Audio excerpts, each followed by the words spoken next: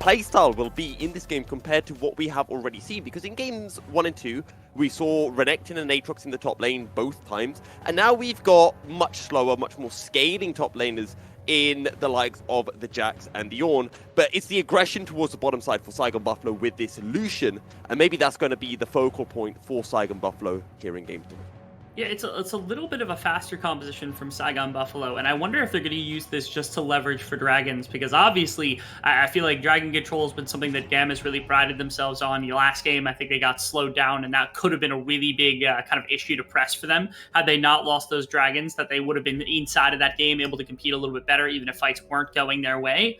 So in this time, Saigon Buffalo, instead, they get their Lucian Nami. They say, okay, this is sufficient for us to be able to work with when the time comes, and that means they're going to be able to force some of the early Dragons back into their favor, instead rely a little bit on the late game damage onto Froggy, who played pretty well in the last game, now has a bit of a different setup in terms of the runes. And I think Mobby was one that talked about it, where it's like, okay, you could go for the DPS type build, go for Grounder Ludens with Nasters, and, you know, kind of cinch a little bit of the late game damage loss of going for the Lucian instead of going for something like, I don't know, Xerxes or any of the champions that were kind of taken away or pulled off the board. Now, in every game so far, we've seen a player or multiple players picking a champion for the first time this split. Mm-hmm. So, do you know who is playing a champion for the first time this split in this game? I don't think it's Hosma, it's Ornn, so there's that. It's if not. I had to guess, it would probably... I know Ki has played Jax before, but I don't know if he's played at this split, so I'm going to guess Ki is Jax this split. Kiaya actually has 4 games on Jax this split. It Okay, is so Shogun it's- and Taki. Neither Oh, of them really? have played their champions this split. Yeah, Oh, okay, interesting. Wait, Taki has certainly had a Nami game this split. There's no chance. not this split. Oh, okay. That's criminal then. All right, well, this is about to be bad because BJ's on a deep flank. Somebody's getting messed up. B uses B&J as a method to be able to drag himself out of the lane. Good flash from Style as well. But that's a lot of summoners being burnt in the bottom lane. Both of them being burnt by the ADC as well. Yes, right here, Taki burning the flash in exchange for Style Summoners once again. Able to utilize that. We'll see if BJ can find yet another route to look for something else, as he's going to poke his head into the jungle of Levi. Not going to find it. We'll see, however, that the red buff was taken very recently, and we'll see, of course, Levi on the Raptors. Does he fancy a Donnybrook here around this Raptor pit, especially since Levi just lost the passive? That could be big. Levi is low as well. BJ has the health advantage and he's going to force Levi away from his jungle. And BJ will pick up the Raptors. Doesn't leave a present behind for Levi. Now BJ turns towards the mid lane where Kati is teleporting in. And BJ, he wants to contest over this Scuttle Crab. I don't think he has W, so he can't block the auto here.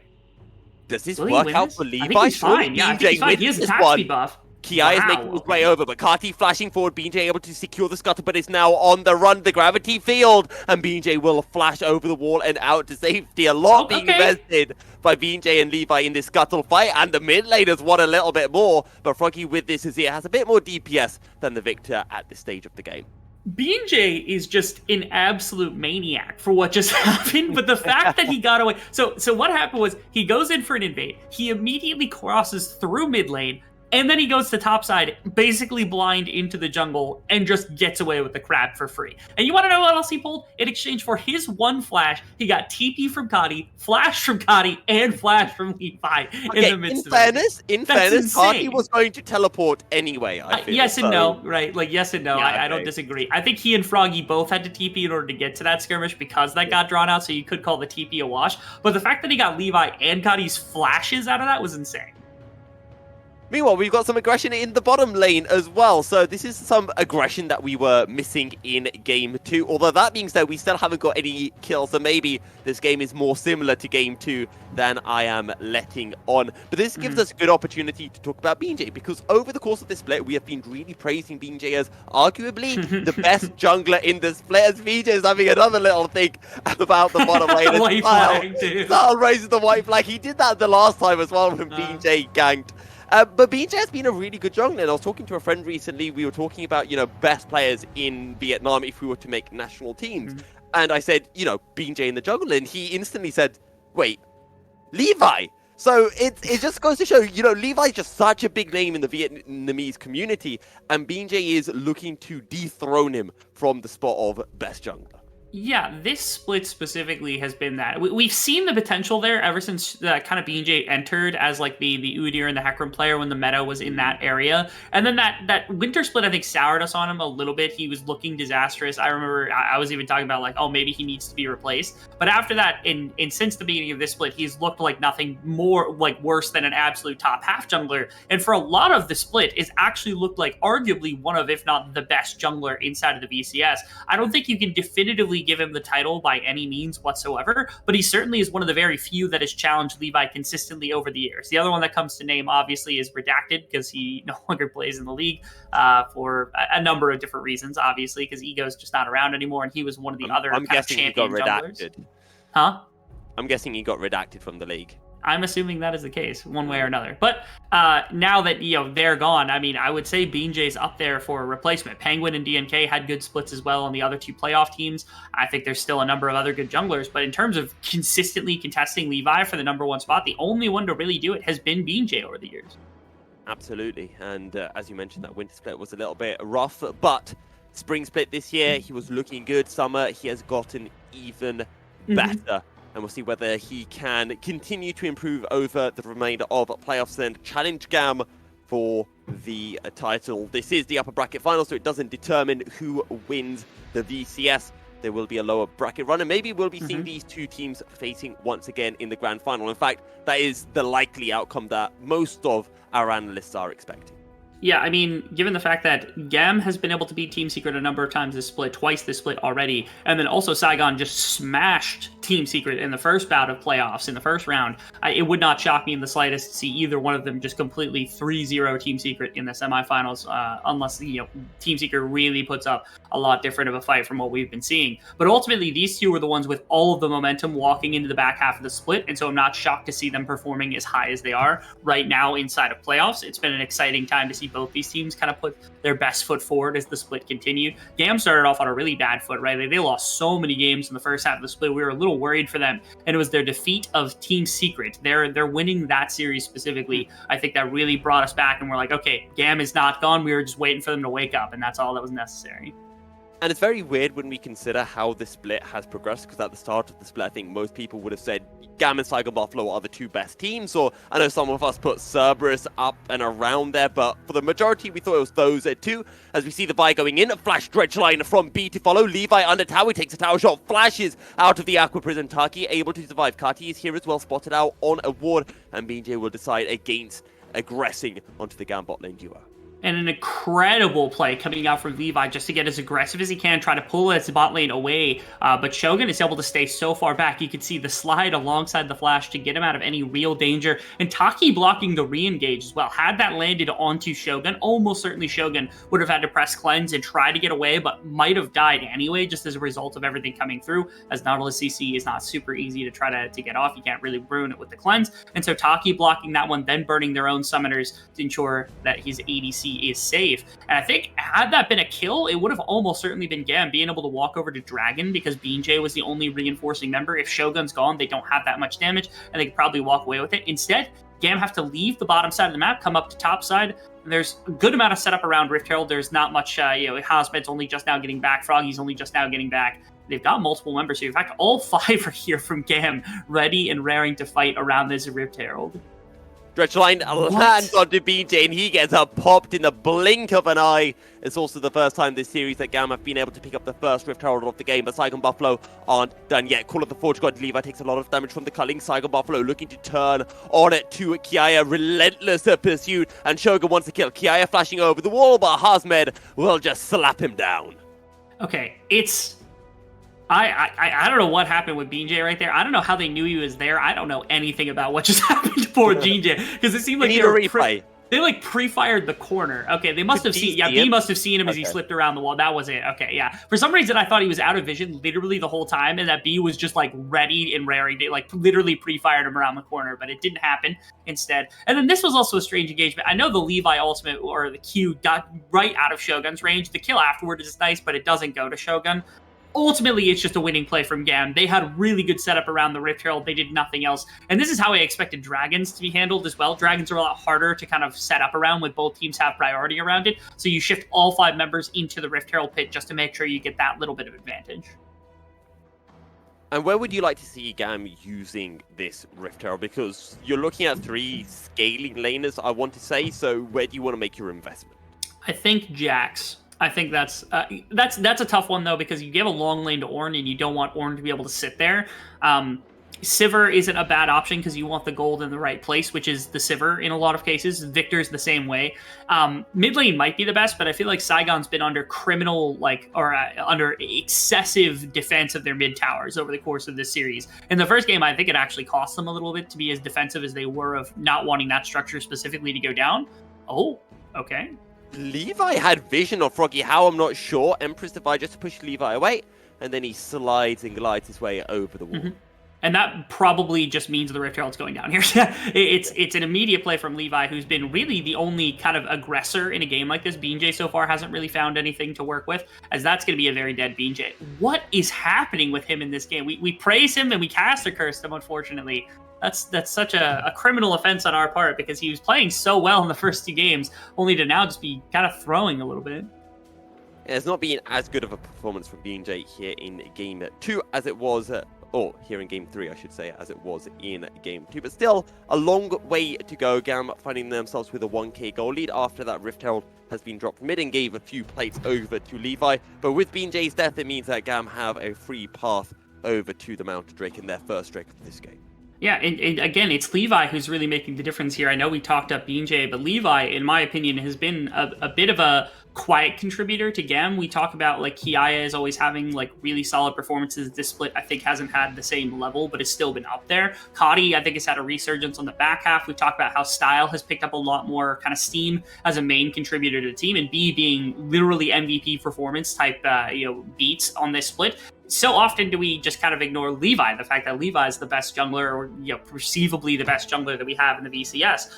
That is kind of a lot of the action that this team is going to have in some of the earlier portions of the game. Oftentimes the early game is a little weak because Levi usually is a little bit more quiet and is a little bit more focused on farming and setting up for some of the mid game fights and being a bit more of a shot caller in that regard. And so a game like this is usually far and few between where he's getting incredibly active and making these very kind of forward plays to ensure he breaks his lanes loose. But it's been working effectively as they've controlled everything. Again, they got the Rift Herald, first Dragon, and they're currently leading in gold.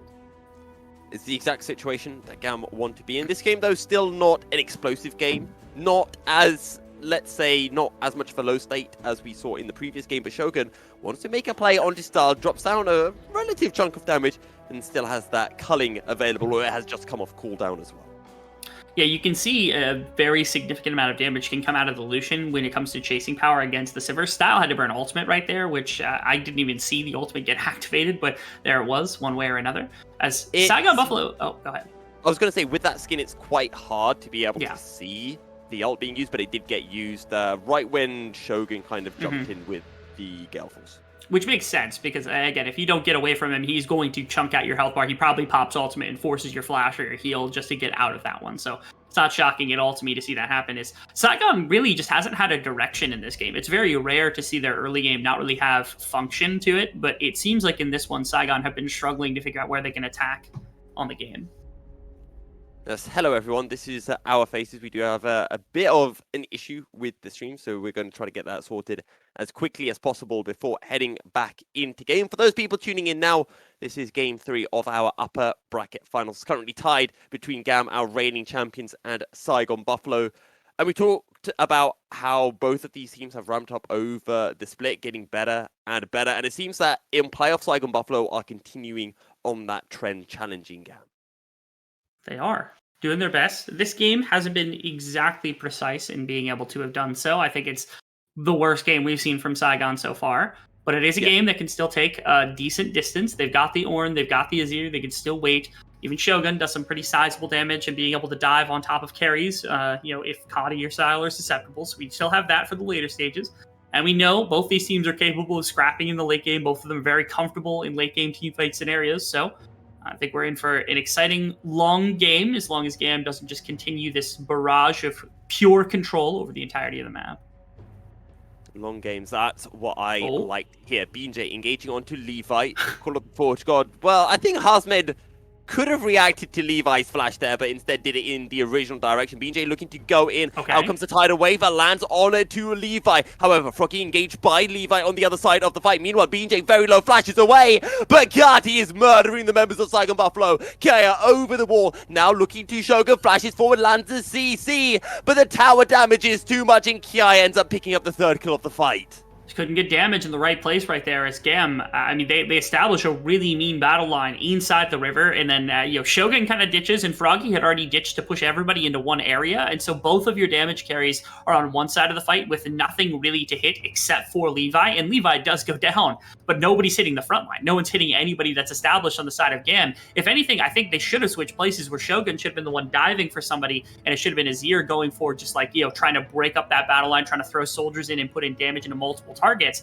It's not how it ended up turning out. And because of that, it's a massively won fight here from GAM, who once again are just kind of slowly winning this game. Watch this, because again, he goes for the play on to B. I love the wave as well. The wave is really good in the midst of everything. And you can see, but at what point is Shogun putting out damage against anybody? Only just there. He put a little into B, and yes, he dies over the wall. But outside of that, nobody's actually attacking the big cluster of Style and Kadi and B, who are all in one big cluster alongside Kiaya, where the fight is just completely lost.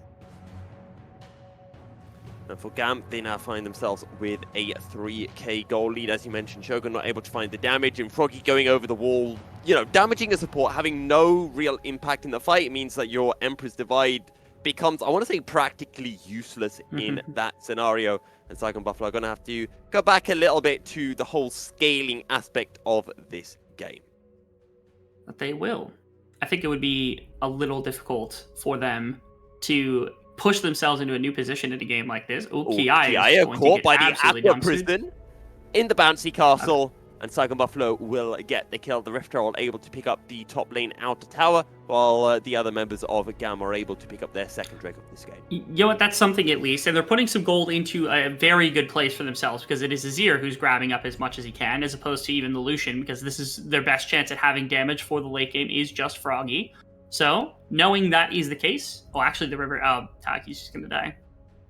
Yeah, and GAM will get a rather easy kill on a mispositioned Fishy, and now maybe a mispositioned Birdie who goes golden, but that's going to give a bit of time for GAM to set up a play, but enough time for Froggy to slide and glide away. Levi eats quite a few tower shots, but Saigon Buffalo aren't able to turn the play. Yeah, it seems like Saigon Buffalo has just been in bad positions a number of times. BJ has got caught out in weird places right there. Taki gets caught out in a weird place. They just, I don't know. It feels like they're a little more scatterbrained than normal, as opposed to a game where Saigon Buffalo feels so decisive with what they're going to be doing, so decisive about where they want to move on the map. But this game, they felt out of position pretty consistently. And that's an unfortunate circumstance to find yourself in against GAM, because GAM will punish that again and again. They are one of the best kind of teams in terms of understanding macro here in the VCS. At one point, was pretty much our only team doing that. Now there's a lot better kind of issues of that, no matter who it is that's playing across the board. Even in some of our lower teams, they have better kind of instances of macro than we did seasons ago. But this is not a game in which Saigon is flexing that muscle very hard. Instead, it is GAM who are punishing on that, pretty consistently in this one. So the fear is here that I don't think GAM's composition is going to be worse in the late game, and they're currently ahead, and they currently have dragon stacking. This feels really hard for Saigon to really push back into their favor, or to be able to dig out from the position it's in right now. Now, I've got something that's going to make you, but specifically Yulwei, very happy. And Yulwei, I know you're listening in. Look at Hasmed's level. He's higher level than the Lucian. Saigon Buffalo have not been making an on group, which I know has been a bane of many color casters over the course of the split, or not getting up to those ornaments before they force him rudely to team fight. It's a good place to be. I think he's still necessary inside team fights, especially if you're going to fight early. Like that ultimate is just such a valuable thing. But yeah, I agree. Hasmed has done a lot more side laning than we're usually accustomed to Orin's doing, where normally he'd be like equal level with the jungler at this point. And is currently at the same level as Kiaya. Both mid laners currently had just a little bit, but that's to be understood pretty well in the beginning of the game. And so Hasmed, that's one thing that can salvage this game a little bit. You can give upgraded items over to like Lucian and to Azir to help them out in terms of bridging some of the later game scaling gap that you're going to have with like the Sivir and the Victor. I guess Victor versus Azir damage. I think I'd rather have a Victor for late game damage, but that doesn't mean Azir falls off a cliff or something like that. And with an upgraded item, it's probably a lot more even comparatively in terms of damage output. So there is that to talk about, but I don't know that that's enough to get them over the hump that GAM has currently put themselves on. I feel like it also comes down to how the fights play out, because if you've got, very quick burst fights or extended fights, it becomes different. Like, probably the Azir is better than the Victor in the extended fights, but then you look towards the Jax versus the Ornn, you'd rather have the Jax in the extended fights, and same maybe in the Sivir versus Lucian matchup. In the burst fights as opposed to the extended fight, is that what you're saying? Or the extended fight? I'm saying I think Jax is better than Ornn in an extended fight, and Sivir is better than Lucian in an extended fight. Yeah, I mean, it's getting to a point where, like, the gold value might actually even be like, yeah, it doesn't matter whether we're in a close, like, a long fight or a quick fight. Like, unless it's Saigon that just gets a sucker punch with something out of nowhere, then maybe it doesn't feel like they actually are in a position to do anything for the most part, which would be really disastrous. Yeah, for quick hits, again, you can do some really mean things with Lucian, even at this point in the game, when you've got all this extra, like, Nami damage tacked on top, right? You've got Imperial Mandate, you've got her E to be able to throw onto everything, you got the slide with the E with everything else, and you got First Strike for a bunch of upfront damage. And again, it means that, like, this Lucian is like a pseudo-assassin being able to jump on top of a primary target, and if you've got that E, you can really destroy someone's health bar incredibly quickly as Shogun.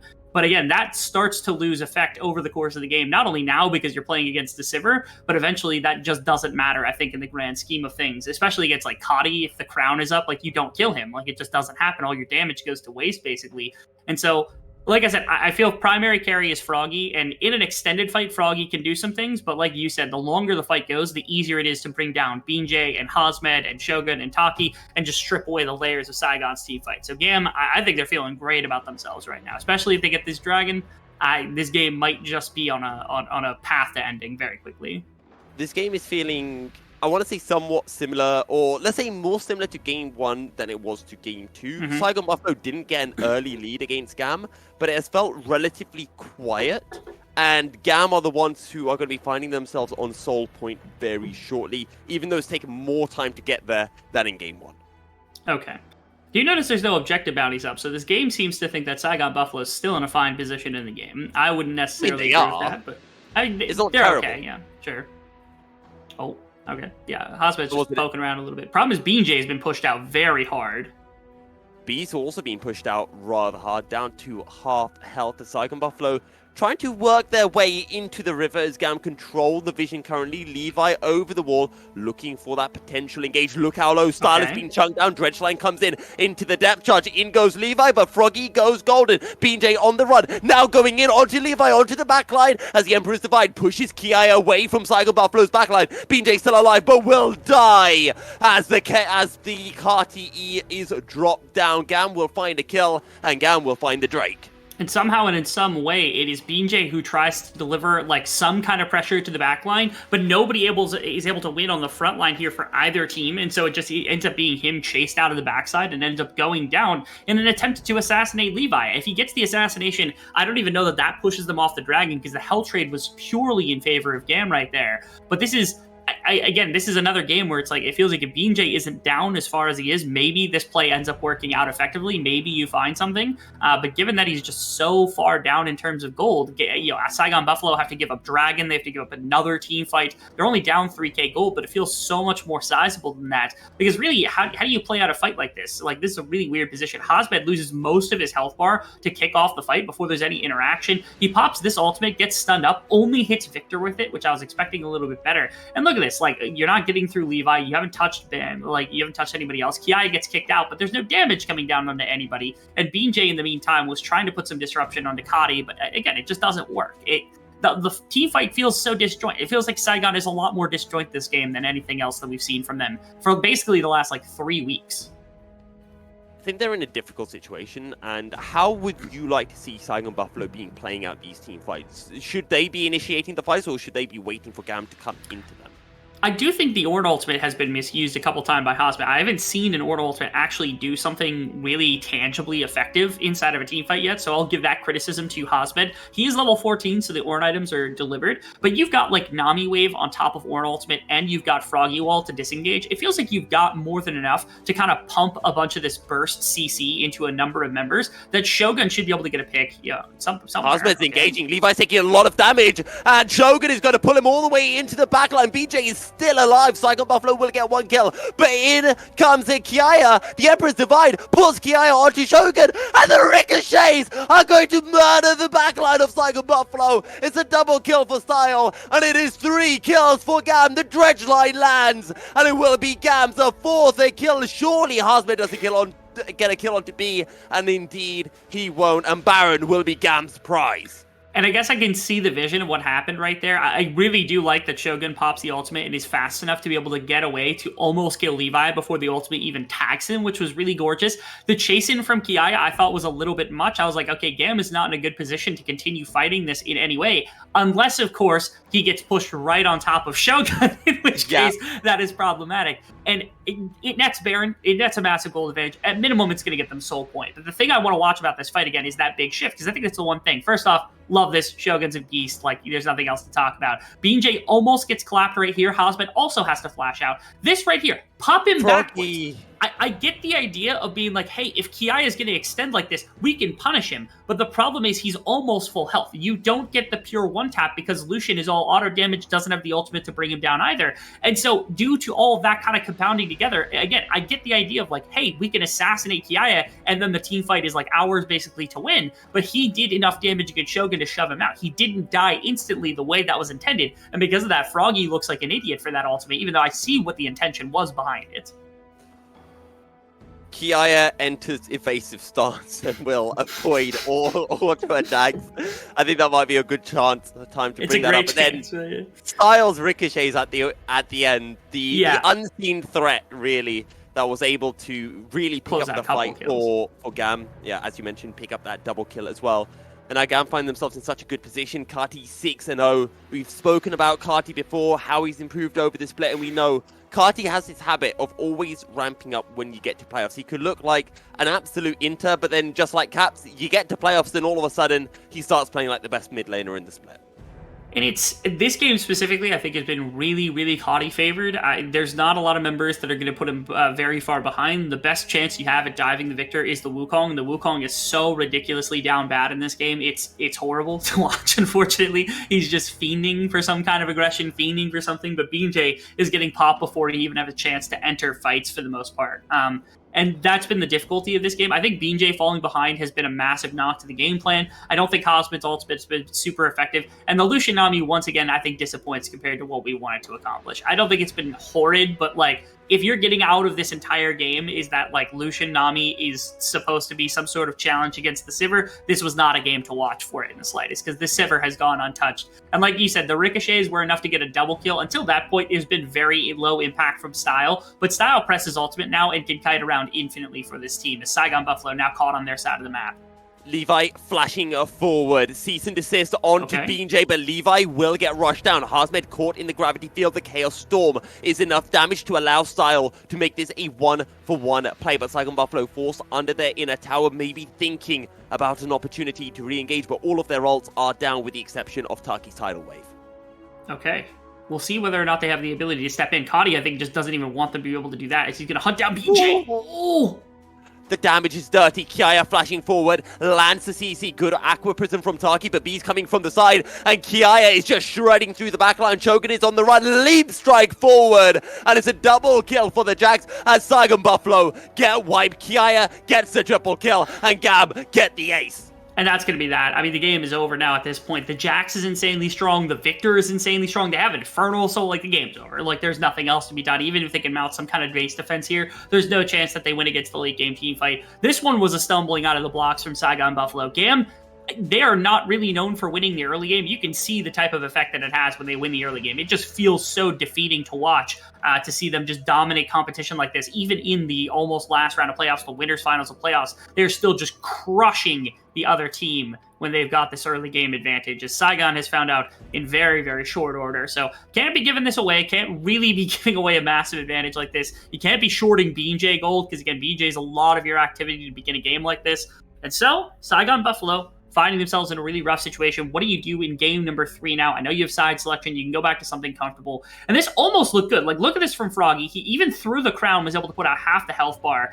But the problem is Kiaya is basically entirely too threatening right here. He gets the first kill. This is going to be kill coming through when he's able to find yet another Q, and there's no damage really. Again, your damage was split between Azir and between Lucian. Lucian is not going to beat a late game Jax in terms of a DPS war, especially with Counter-Strike up. Like, your best chance was Froggy, who went diving to try to kill Victor. Didn't even get that done, unfortunately.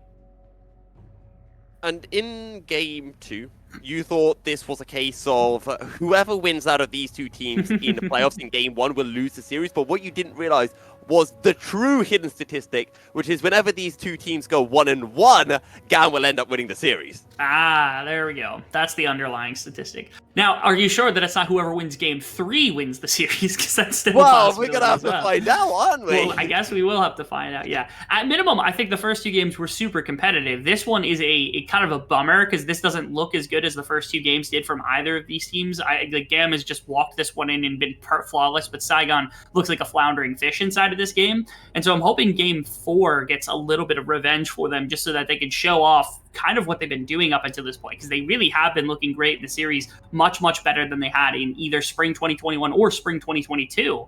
And it's not indicative at the moment. I know they might get a second chance at this, but I do want to see the strike happen first. Super Minions crashing in from 3 waves. Call of the Forge got a final stand for Saigon Buffalo, but they are all so low. And this time, Froggy whiffs the ultimate, but GAM will not whiff the fight. They'll whiff Saigon Buffalo back to their Nexuses, and Froggy will be the only member left standing to witness GAM taking the series to series point.